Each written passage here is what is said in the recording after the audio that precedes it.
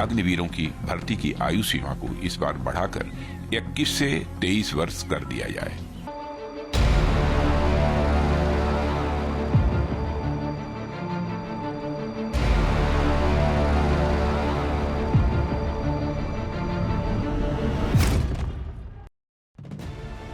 आघाडीवरती लढणाऱ्या सैनिकाला कोणत्या गोष्टीची सर्वाधिक गरज असेल तर ती प्रेरणेची।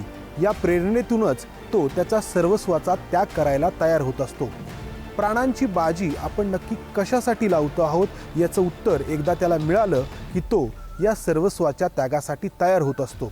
या प्रेरणेसोबतच या मोटिवेशनसोबतच त्या सैनिकाला गरज असते ती म्हणजे त्याच्या स्वतःसाठी आणि त्याच्या कुटुंबासाठी भाकरीच्या खात्रीची, म्हणजे उपजीविकेच्या खात्रीची। आणि ज्या सैनिकांकडे या दोन गोष्टी असतात, जे सैनिक प्रेरित असतात, त्या सैनिकांनी आपल्याहून संख्येने आकाराने खूप मोठ्या प्रमाणात असलेल्या सैन्याला देखील धूळ चारल्याची उदाहरणं इतिहासात आपल्याला अनेकदा पाहायला मिळतात। आत्ता अग्निपथ योजनेला विरोध करणाऱ्यांकडून या मुद्द्यावरती विरोध होतो आहे।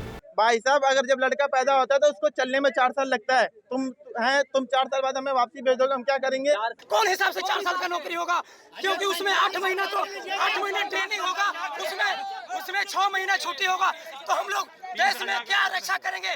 अर्थात या मुद्द्याच्या किंवा या योजनेच्या दोन बाजू आहेत। एक बाजू मी आत्ता म्हटलं त्या मुद्द्यांवरती या योजनेला विरोध करते आहे, तर दुसरी बाजू ही भारतीय या सैन्याच्या साठी अग्निपथ योजना घेऊन येणाऱ्या सरकारची आहे आणि या योजनेला पाठिंबा देणारे जे अनेक निवृत्त सैनिक अधिकारी आहेत त्यांची आहे। 4 वर्षाच्या ट्रेनिंग नंतर यापैकी फक्त 25% तरुणांना सैन्य दलामध्ये सामावून घेतलं जाणार आहे। म्हणजेच उरलेले 75% जे तरुण आहेत त्यांना कुठेतरी राज्य सरकारच्या अंतर्गत किंवा वेगवेगळ्या प्रकारच्या खासगी संस्थांमध्ये नोकरीसाठी शोध घ्यावा लागणार आहे। त्यांना जर योग्य दिशा मिळाली, सरकारनं वेगवेगळ्या विभागांनी त्याचबरोबर राज्य सरकारनं जर या योजनेला अनुरूप अशा प्रकारचं आपलं ध्येय धोरण बनवलं तरच या 75% युवकांना कुठेतरी नोकरीची संधी मिळेल। त्यांच्या म्हणण्यानुसार भारतीय सैन्य दलांवरती जो खर्च होतो तो खर्च कमी करून या खर्चाचा उपयोग भारतीय सैन्य दलांना आधुनिक करण्यासाठी, तंत्रज्ञानामध्ये प्रगत करण्यासाठी करण्याची गरज आहे। कारण काळाबरोबरच युद्धाचे, वॉरफेअरचे प्रकार बदललेले आहेत आणि या बदललेल्या प्रकारानुसार आपल्याला टेक्नॉलॉजीवरती खर्च करण्याची अधिक गरज आहे आणि त्यासाठी आपल्याला आपण या सैनिकांवरती, त्यांच्या पगारांवरती, त्यांच्या पेन्शनवरती जो काही खर्च करतो तो कमी करण्याची गरज आहे। या दोन बाजू आहेत आणि या दोन्ही बाजू आपापल्या पद्धतीने मांडल्या जात आहेत आणि या दोन्ही बाजूंचा आपण थोडासा विस्ताराने या ठिकाणी विचार करणार आहोत। या अग्निपथ योजनेला विरोध करताना उत्तर भारतामध्ये खास करून बिहार, उत्तर प्रदेश, त्याचबरोबर हरियाणा, पंजाब, आसाम या भागांमध्ये खूप मोठ्या प्रमाणात हिंसाचार होताना आपण पाहतो आहोत। अशा स्वरूपाचा हिंसाचार महाराष्ट्रामध्ये होत नाहीये, परंतु महाराष्ट्रामधून सैन्यामध्ये भरती होणाऱ्यांचं प्रमाण प्रचंड मोठं आहे। खास करून पश्चिम महाराष्ट्रातील सातारा, कोल्हापूर, सांगली हे जिल्हे असतील, मराठवाड्यातील असतील किंवा इतर उर्वरित महाराष्ट्रातून खूप अशी गावं आहेत की ज्यामधून तरुण वर्षानुवर्ष या सैन्य भरतीसाठी सकाळी उठून व्यायाम करत असतात, या सैन्य भरतीसाठी प्रयत्न करत असतात। सैन्यामध्ये शिपाई म्हणून, सैनिक म्हणून भरती होणाऱ्या या तरुणांची पार्श्वभूमी जर पाहिली तर बहुतांश तरुण अशा कुटुंबातून येतात जी कुटुंब उपजीविकेसाठी शेती करत असतात किंवा असेच लहान मोठे उद्योग करत असतात। म्हणजे आर्थिकदृष्ट्या अगदी कनिष्ठ ज्यांचं बॅकग्राऊंड आहे किंवा स्तर आहे अशा कुटुंबातून हे सगळे तरुण सैन्यामध्ये भरती होण्यासाठी तयार होत असतात, तयारी करत असतात आणि या पाठीमागे त्यांचा विचार हाच असतो की सैन्यात गेल्यानंतर आपल्याला आर्थिक स्थैर्य लाभेल। हे आर्थिक स्थैर्य अशा स्वरूपाचं असतं की तो तरुण सैन्यामध्ये भरती झाला की लगेच गावी घराकडे त्याच्या लग्नाची चर्चा सुरू होते, यथावकाश मुलगी बघितली जाते आणि सैन्यामध्ये भरती झाल्यानंतर 1-2-3 वर्षांमध्ये त्याचं लग्न देखील होतं आणि पुढची किमान 14 वर्ष त्याला हे आर्थिक स्थैर्य लाभतं। त्यानंतर त्यांनी ठरवायचं असतं की त्याला ही नोकरी पुढे कंटिन्यू करायची आहे की पुन्हा बाहेर येऊन पुन्हा सिव्हिलियन लाईफमध्ये येऊन उपजीविकेसाठी दुसरा मार्ग निवडायचा आहे।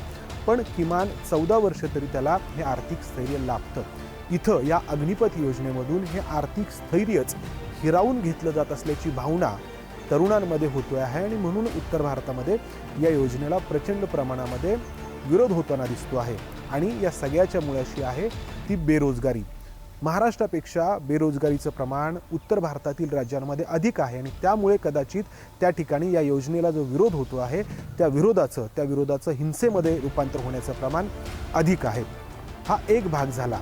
आता याला उत्तर म्हणून सरकारकडून किंवा जे निवृत्त लष्करी अधिकारी या योजनेचं समर्थन करतायत त्यांच्याकडून जे दावे केले जात आहेत ते आपण पाहूयात. त्यांच्यानुसार एकदा हा तरुण भरती झाला की तो कौशल्य कमावेल, तो त्या ठिकाणी टेक्नोसावी होईल आणि जेव्हा 4 वर्षानंतर तो सैन्यातून बाहेर पडेल तेव्हा त्याला इतर त्याच्या आयुष्यामध्ये नोकरीच्या अनेक संधी उपलब्ध असतील. सरकारकडून काही प्राधान्यक्रम देखील या अशा तरुणांना दिला जाईल. परंतु जे विरोध करतायत त्यांचा विरोध या मुद्द्यावरती असा आहे की जर या तरुणाला 4 वर्षानंतर पुन्हा नव्याने सुरुवात करायची आहे तर त्याला नोकरीची, उपजीविकेची, त्याला त्याच्या करिअरची खात्री कितपत राहील. दुसरा मुद्दा आहे तो म्हणजे मोटिवेशनचा, म्हणजे प्रेरणेचा. कारण सैनिक ही एक मानसिकता असते.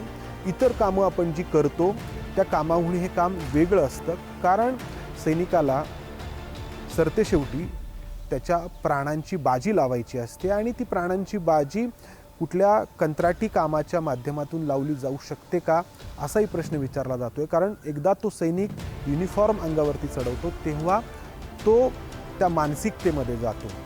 इथे विरोध करतायत त्यांच्यानुसार हा अग्निपथ माध्यमातून जो अग्निवीर या सैन्यामध्ये भरती होईल त्याचे पहिले 6 महिने हे प्रशिक्षणासाठी जातील.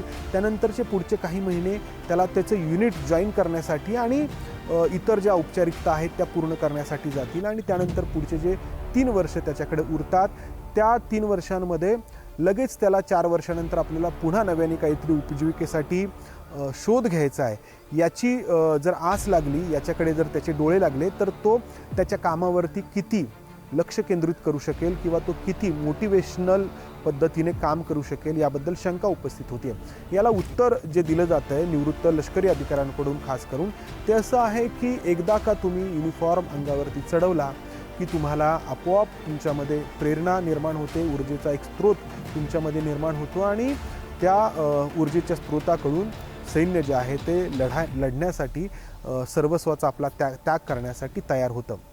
हा दुसरा भाग झाला.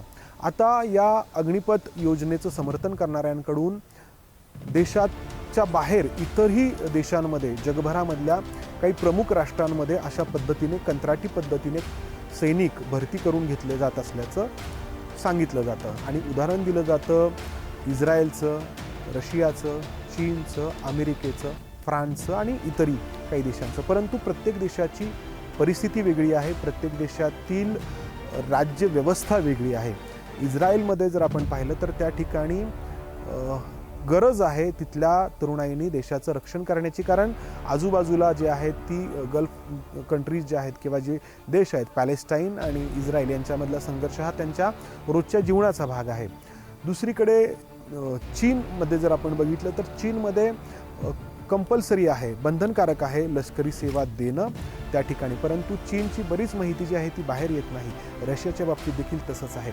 आपण जर फ्रान्स आणि अमेरिकेचा विचार केला जी लोकशाही राज्य किंवा लोकशाही देश मानले जातात तर त्या ठिकाणी सैनिकांना 4 वर्ष त्यांची सेवा देण्याचं, कंत्राटी पद्धतीनं सेवा देण्याची मुभा आहे.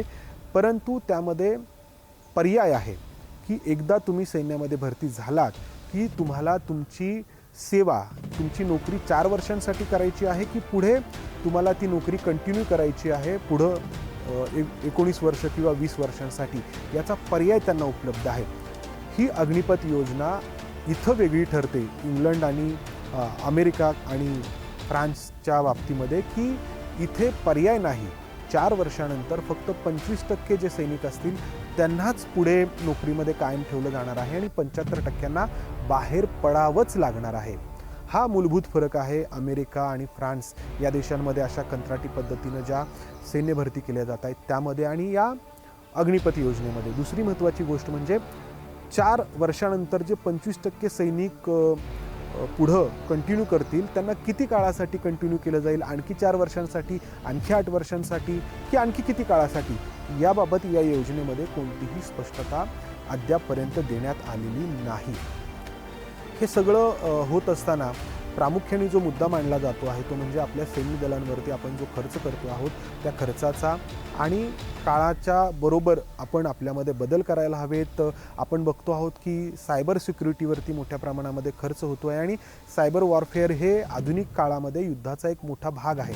तर अशा गोष्टींवरती खर्च करण्यासाठी या सैन्य दलांवरचा जो आपला होणारा खर्च आहे तो कमी करायला लागेल.